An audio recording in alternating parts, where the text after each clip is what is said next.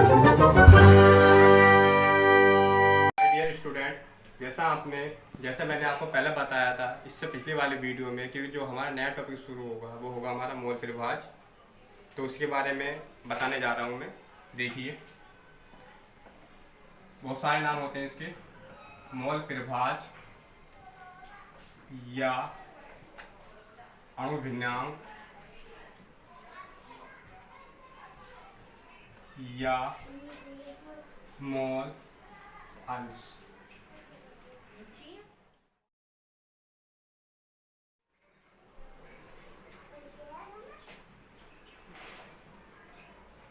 तो मोल त्रिभुज, या अणुभिन्नांक या मोल अंश। देखिए, इसकी परिभाषा क्या है।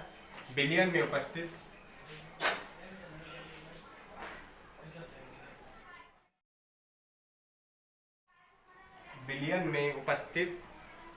विलेय या विलायक के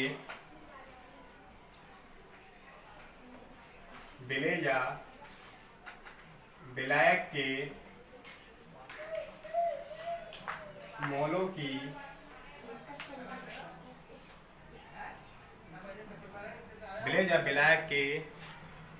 की संख्या और बिलियन में उपस्थित कुल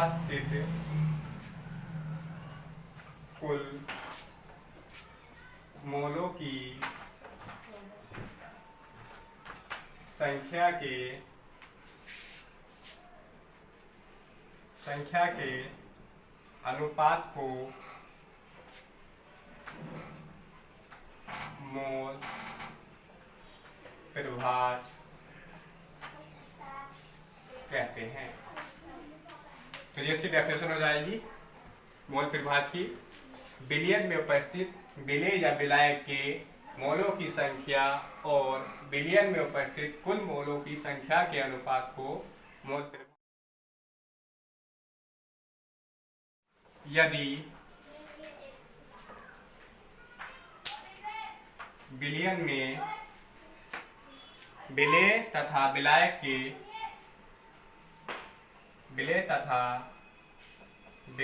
के मोलों की संख्या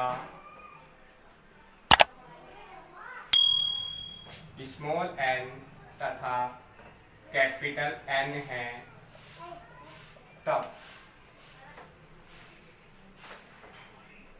विलेय का मोल त्रिभुज बराबर विलेय के मोलों की संख्या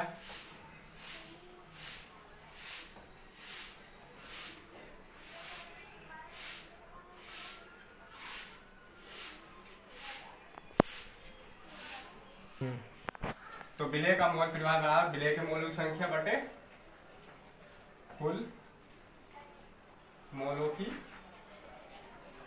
संख्या। विलेय का मोल त्रिभुज बराबर, इसके लिए सूत्र हो जाए विलेय के मोलों की संख्या बटे कुल मोलों की संख्या।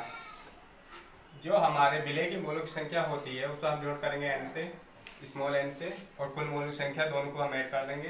कुल मोलों की संख्या में दोनों आ जाएंगे, विलेय और विलायक। तो n small n plus capital N। तो जो मोलों की संख्या होती है हम उसके लिए सूत्र होता है भार बटे अणुभार। तो जो भार होता है उसका m से, w से, जो भार होता है w से, और जो अणुभार होता है उसका m से जोड़ करते हैं हम। तो ये हो जाएगा w बटे m बटे w बटे n प्लस कैपिटल W बटे कैपिटल M। स्मॉल w विलेय का बाहर हो जाएगा और कैपिटल W विलायक का बाहर हो जाएगा। M विलेय का अणुभार हो जाएगा और कैपिटल M विलायक का अणुभार हो जाएगा। तो इसी तरह से हम दूसरा सूत्र लिखेंगे, विलायक का मोल त्रिभुज बराबर, तो जब विलेय का लेकर चले तो ऊपर विलेय के मोल की संख्या आई थी, जब विलायक का लेकर चलेंगे तो इसमें विलायक के मोलों की संख्या बटे कुल मोलों की संख्या। तो जो विलायक के मोलों की संख्या है उसे कैपिटल एन से डिनोट करेंगे और कुल मोलों की संख्या में N small N plus capital N. तो वही कंडीशन है। तो ऊपर विलायक के मोलों की संख्या है तो कैपिटल डब्ल्यू बटे कैपिटल एम बटे स्मॉल डब्ल्यू बटे small M plus capital W बटे कैपिटल एम, जहाँ स्मॉल एम विलय का भार ग्राम में, कैपिटल एम विलायक का भार ग्राम में, डब्लू स्मॉल डब्लू विलय का भार ग्राम में और कैपिटल डब्लू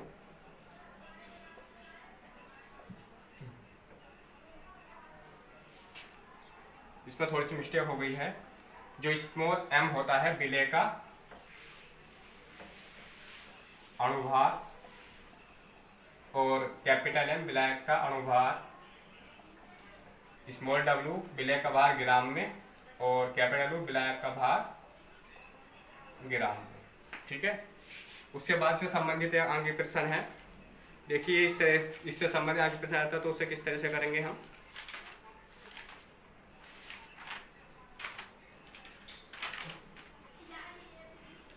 इसमें दिया हुआ है 2003, 2008, 2011 क्वेश्चन है। ये बोर्ड में आया हुआ क्वेश्चन है।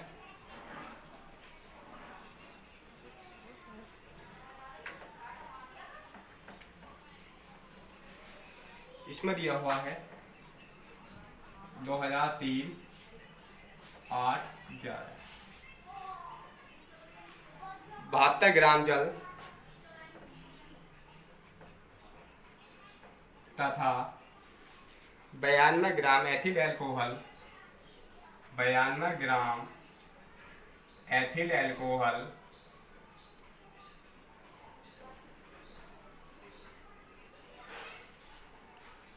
एल्कोहल के मिश्रण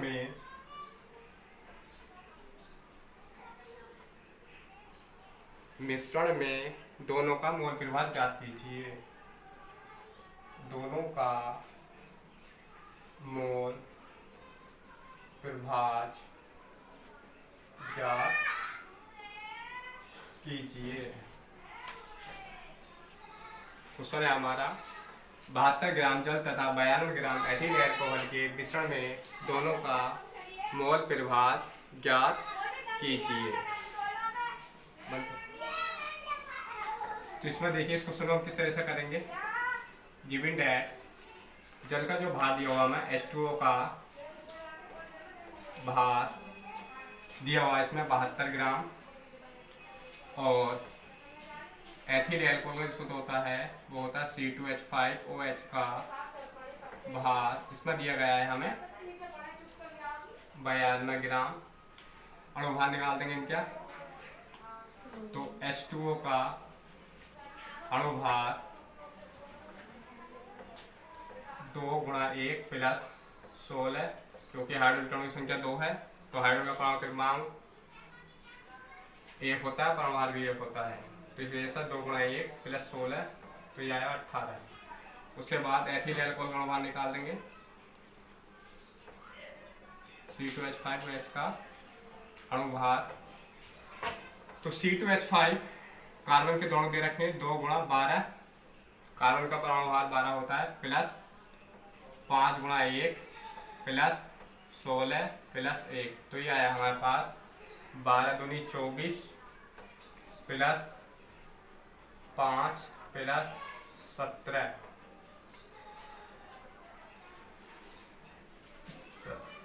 17 5 22 22 और 24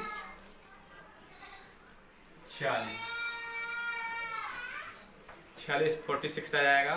उसके बाद सबसे पहले इसका H2O का भार आएगा 72 ग्राम एथिल अणुभार क्वेश्चन में दिया गया है। दोनों के अणुभार निकाल दिया हमने, जल का भी अणुभार निकाल दिया और एथिल अल्कोहल का भी अणुभार निकाल दिया। उसके बाद जल के मोलों की संख्या निकाल देंगे। जल के मोलों की संख्या, तो जल का भार ग्राम में, जल का अणुभार, तो जल का जो भार दिया गया है वो दिया गया हमें 72 और जो इसका अणुभार आया है 18, 18 कम 18 4 बार कट जाएगा। उसके बाद जैसा हमने जल के मोलों की संख्या निकाली है उसी तरह से किसके निकालेंगे, एथिल अल्कोहल की मोलों की संख्या निकालेंगे हम।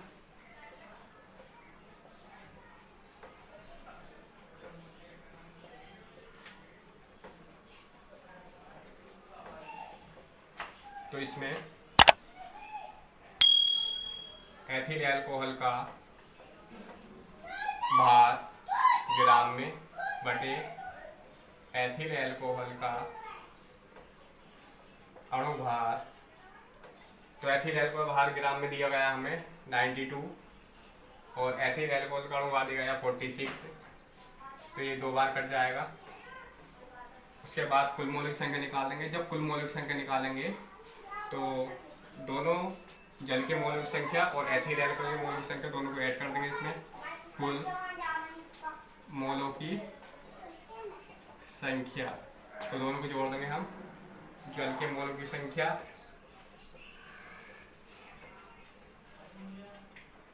प्लस एथिल अल्कोहल के मोलों की संख्या। जल के मोलों की संख्या इसमें दी गई है हमें 4 आई है हमारी निकल के, और एथिल में 2 आई है, तो 2 4 6 हो जाएगी। उसके बाद हमें दोनों का मोल प्रभाव वो निकालना है, तो यहाँ लिखेंगे जल का मोल प्रभाव बराबर जल के मोलों की संख्या बटे कुल मोलों की संख्या। जो जल के मोलों की संख्या दी गई है हमें, जल के मोलों की संख्या आई है हमारी 4 और कुल मोलों की संख्या आई है हमारी 6।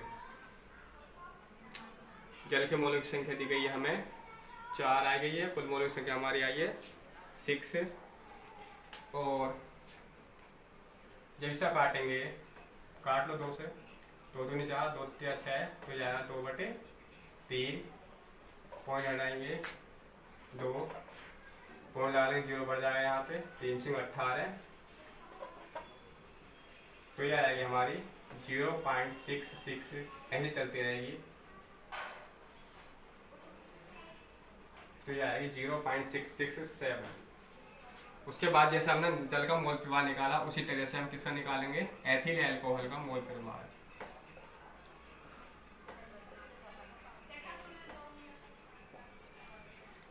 तो यह आ जाएगा हमारा, जल के मोलों का प्रवाह लेकर चले थे तो यहाँ था जल के मोल की संख्या।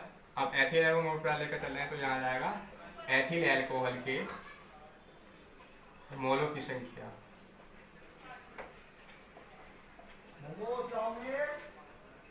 बटे कुल मोलों की संख्या। तो एथिल अल्कोहल के मोलों की संख्या कितनी आई थी हमारी,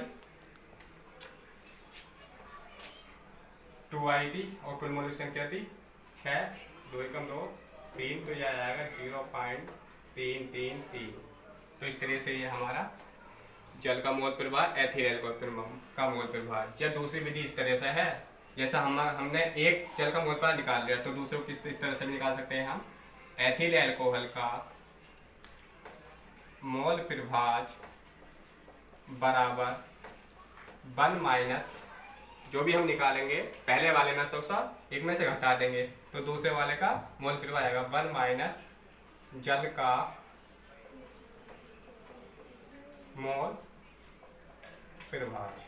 तो 1 माइनस जल का मोल प्रभाज दिया हुआ हमें 0.667, तो ये आया हमारा 0.333।